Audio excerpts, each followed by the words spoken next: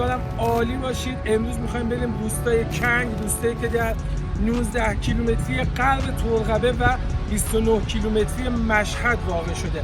این روستای پلکانی که معماری بسیار خاصی داره، قدمتی بیشتر از 1000 سال داره و همیشه مورد توجه گردشگران ایرانی و خارجی قرار گرفته. با من همراه باشید.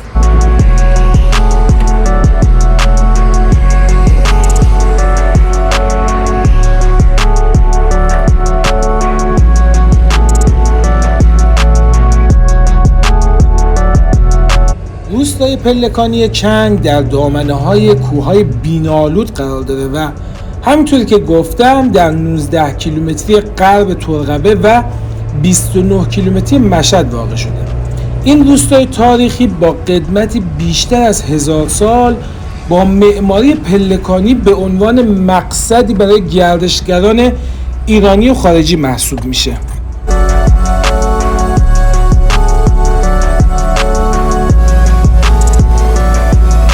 کنگ در لغت دو تا معنی داره که معنی اولش میشه پرنده‌ای قوی پنجه که در مناطق کوهستانی زندگی میکنه و معنی دومش یعنی دژی مستحکم.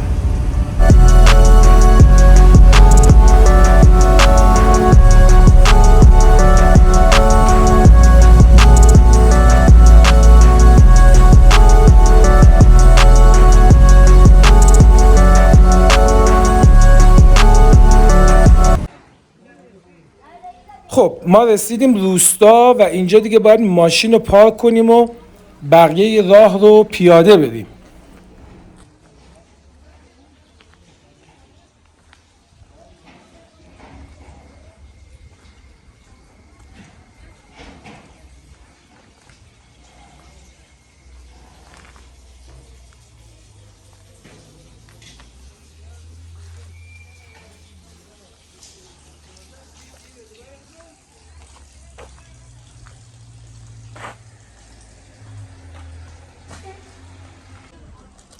روستای تاریخی کنگ به دلیل وضعیت خاص جغرافیایی منطقه‌اش و به دلیل وجود کوههای مرتفع و درختای فراوانی که داره و جدا از اون عدم وزش بادهای خشک همیشه از آب و هوای معتدلتری نسبت به مشهد برخورداره و 3-4 درجه همیشه از شهر مشهد سردتره. این روستا در ارتفاع 1800 متری از سطح دریا قرار داره. از اینجا باید حرکت کنیم و داخل روستا بریم به سمت بالا که بتونیم همه روستا و زیبایی های اون رو ببینیم.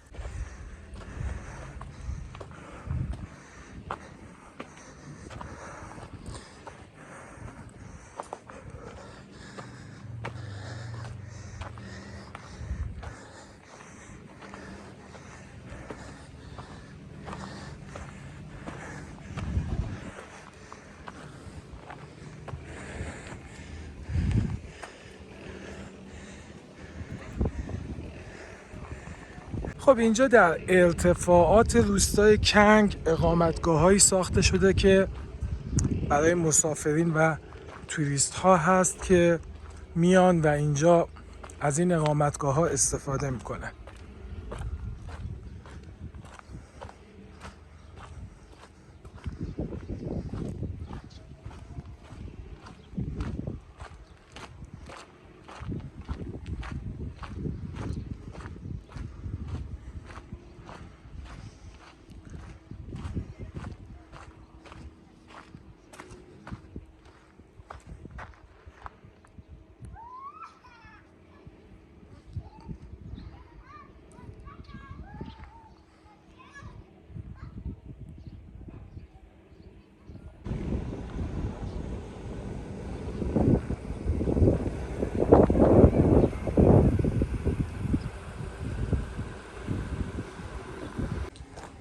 خب بریم داخل روستا و کوچه های روستا هم یک قدمی بزنیم و از معماری خاص و قدیمی این روستا لذت ببریم.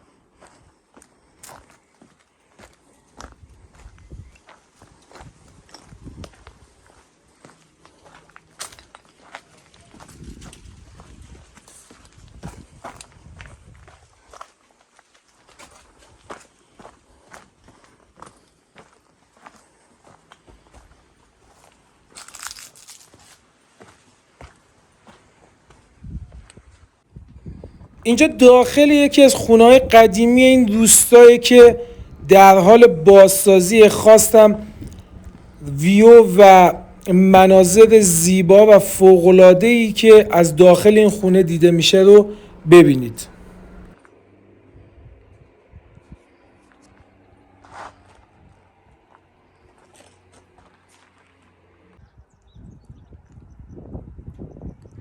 خب از اینجا، از ارتفاعات روستای کنگ، زیبایی پلکانی بناهای این روستای قدیمی رو میشه دید و لذت برد.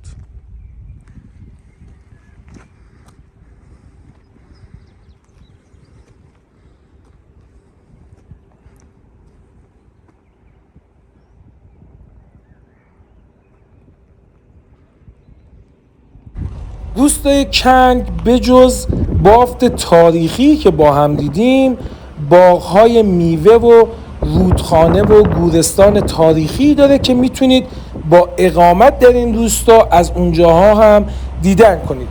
اقامتگاه‌هایی با ساختار معماری سنتی هم داره که اگر به دنبال تجربه زندگی روستایی هستید حتما بهتون پیشنهاد میدم اونجا اقامت کنید.